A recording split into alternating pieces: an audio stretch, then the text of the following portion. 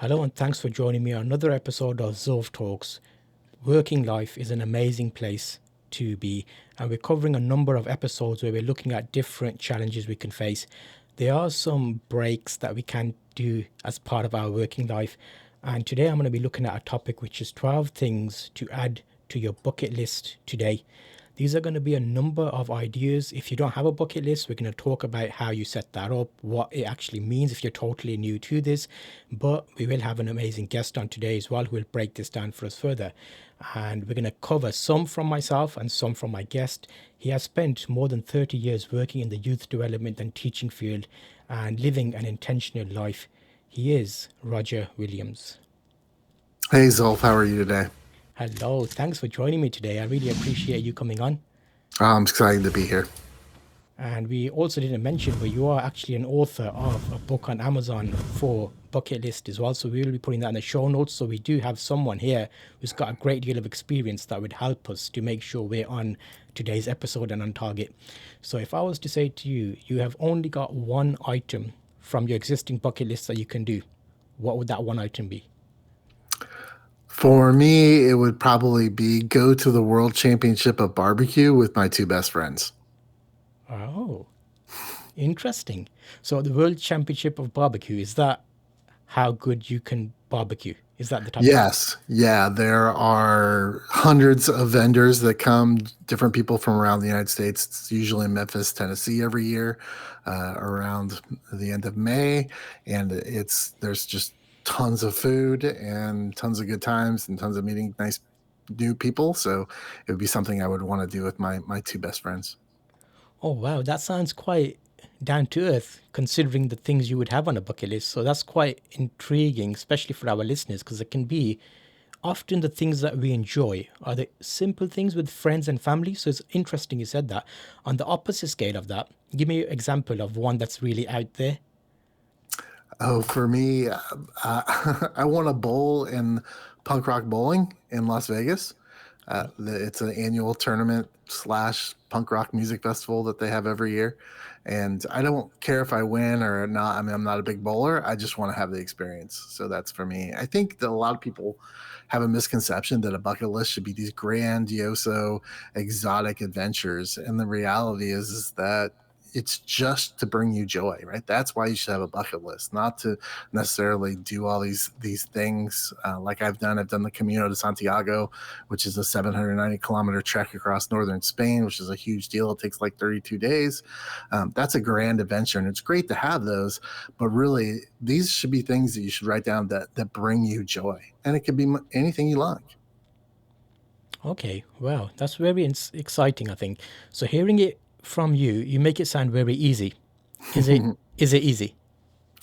It takes time. I do think it's easy, especially for me. In the book, I talk about setting an intention for your bucket list, which I think is really, really vital for your success.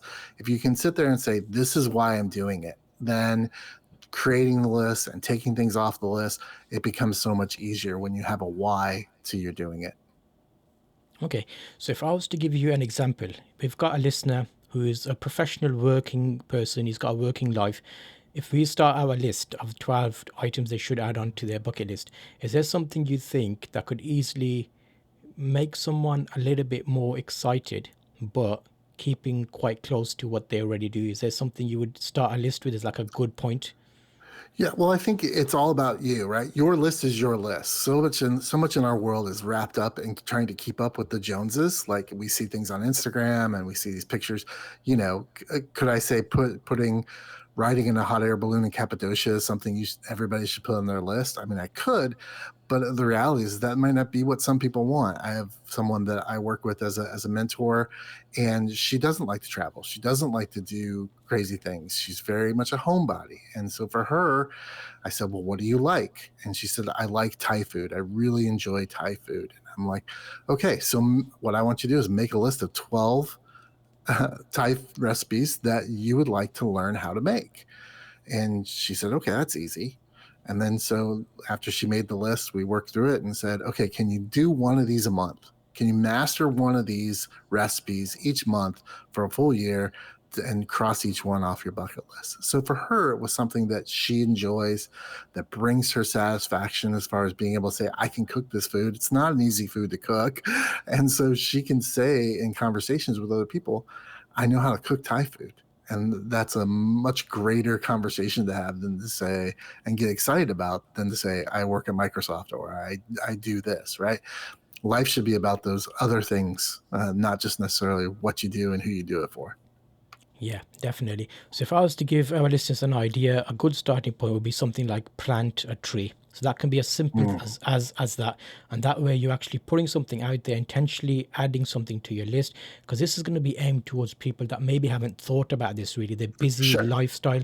So we're going to give them a few tips and ideas that, you know what, this is something, it might not be for you, but if you try this, you can say, I've ticked one off, fairly easy.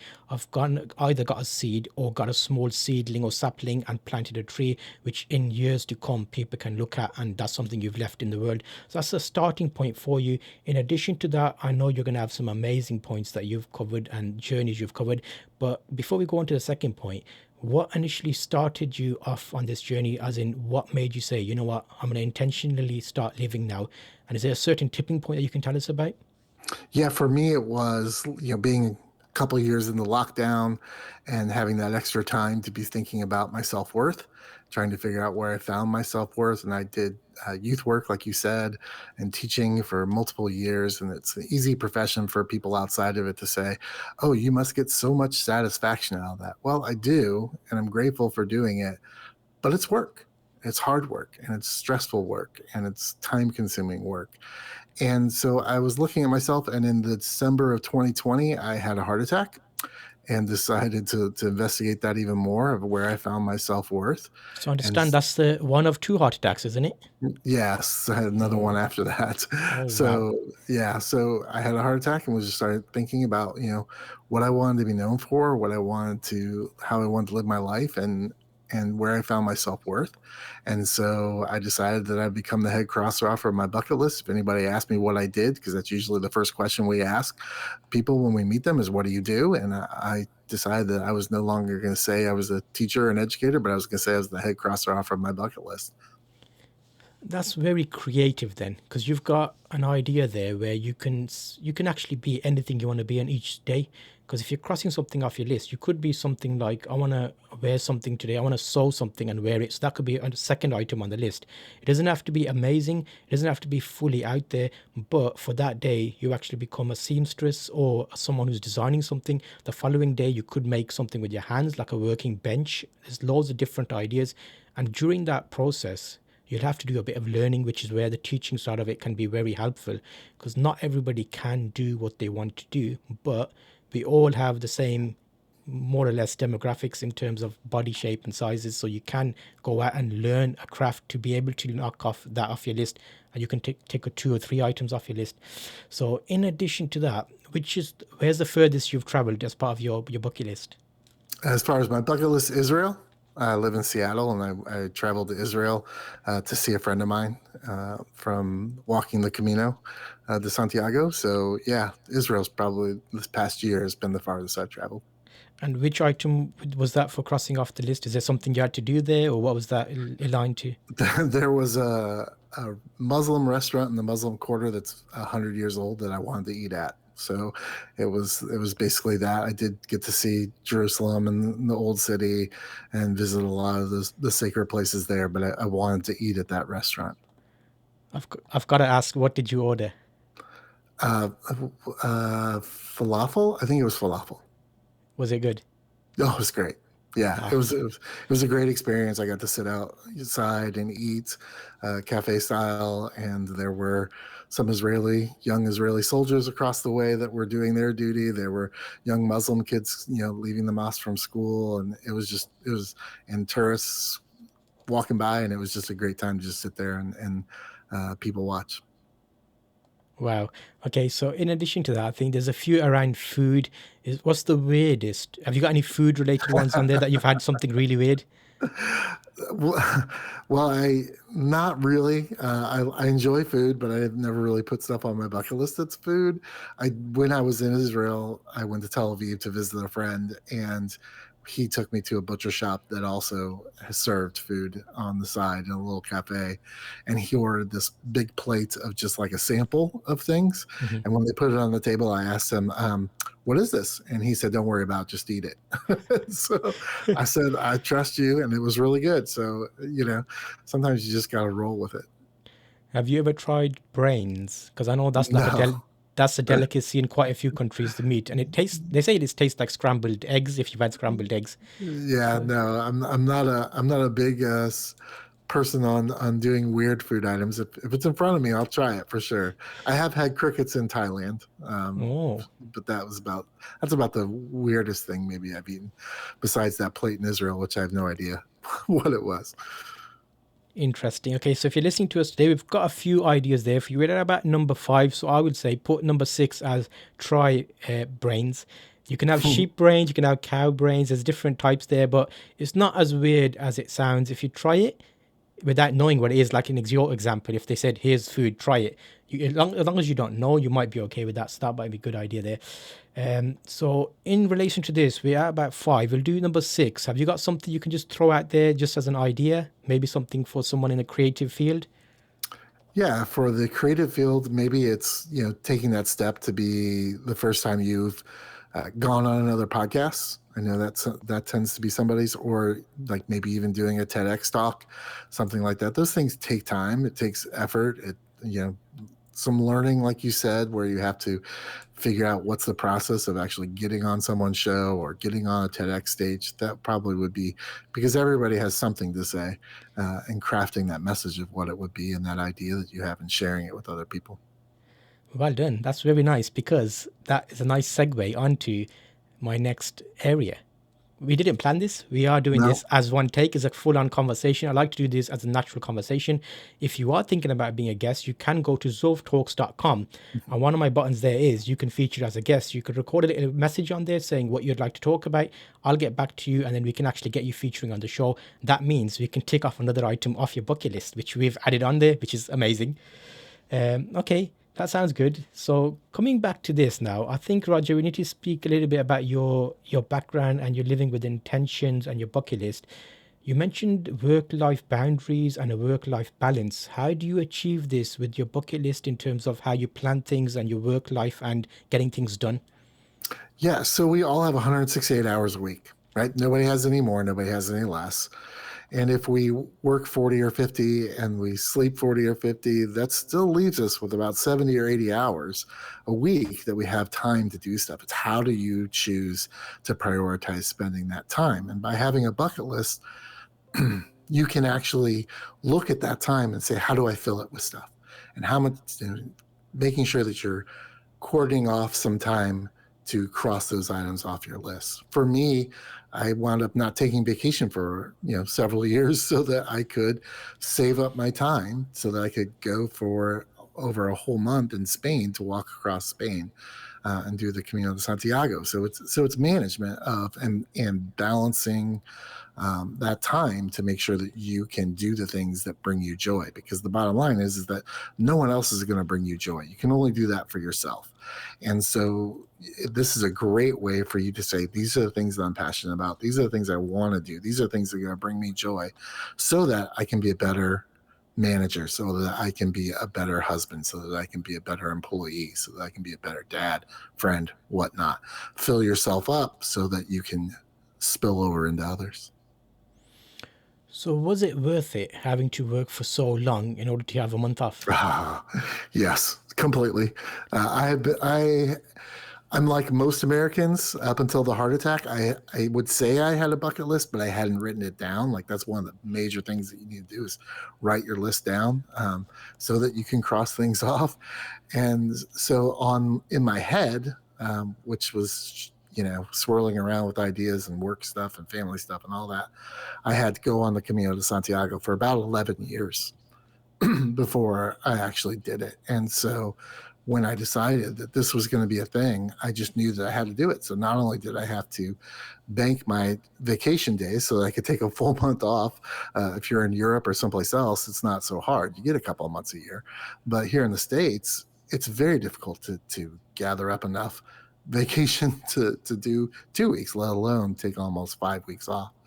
But I also had to do it on the money side too. I'm not an extremely wealthy person, so every month I had to save and say, okay, this $250, this $500 a month that I'm saving for about a year goes towards this trip. And when I had enough money to buy saved up to buy the airplane ticket to Spain, I bought it. When I had enough to pay for some of the hotels that I was staying at, I booked them. When I, had enough money to get the train tickets I needed, I got those, or it was equipment or whatever it was. I was saving money and putting it into a fund so that I could do this thing that I wanted to do. But it took about a year fully to get the finances to actually do that.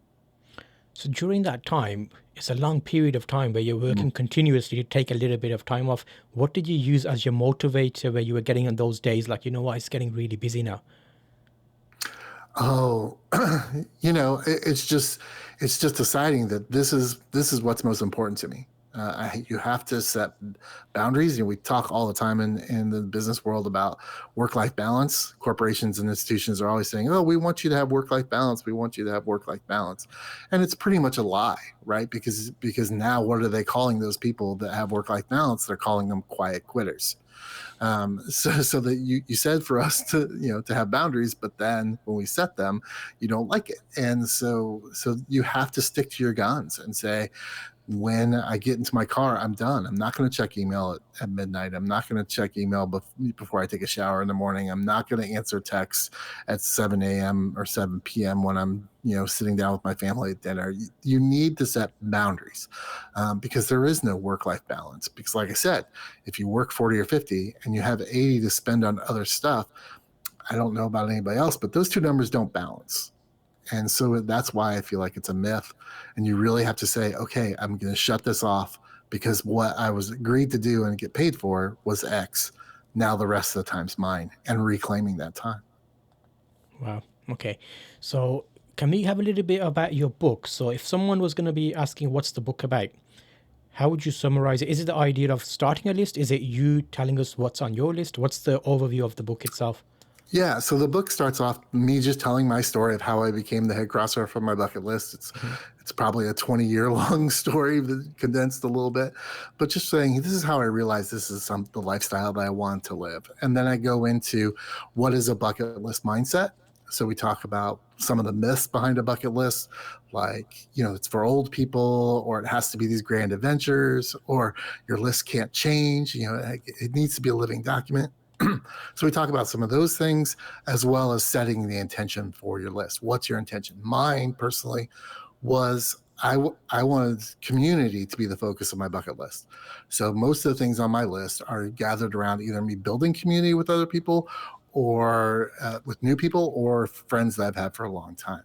And that really, setting that intention helps you set up the creation part. If you know the why of your doing this, then going through and saying, okay, do these prompts that I have in this book matter to my intention? So I list like 11 or 12 different prompts to ask yourself while you're creating your list. Like, what have you always wanted to do? What have you always wanted to see? What do you nerd out about, right? What are you passionate about already? And how can you create bucket list items like that? So for me, it's professional wrestling. I love professional wrestling. Always have, always will. It's a thing between my grandfather, my dad, and my son and I, and we all share the fandom of it. And so I have specific items on my bucket list that are just about professional wrestling. Like, I want to go to Mexico City to Arena Mexical and see a Triple A card, right? I just want to go and experience that with other people. So that intention kind of helps me drive the creation of the list, because the list really should be yours, right? If it's just keeping up with the Joneses and putting things that everybody else has on their list, then it's not really yours, and you're going to find less joy in it. And then the last part of the book is the bucket list management of how do you start crossing items off. So I think there's like 15 different strategies on where to start, why to start. And throughout the whole book, I'm giving stories about me. And then I have a podcast where I interview folks that have crossed items off their list. We're just rounding into our third season, and it's a great place to hear other people's stories. That's what it's all about. It's not about me at all. It's about other people telling their stories about things they were passionate about. Goes the gambit from an NFL player to somebody biking the Baja, and so it's just that process of hearing people's stories, how they came to wanting to put that on their list, how did they cross it off, and what happened to them afterwards.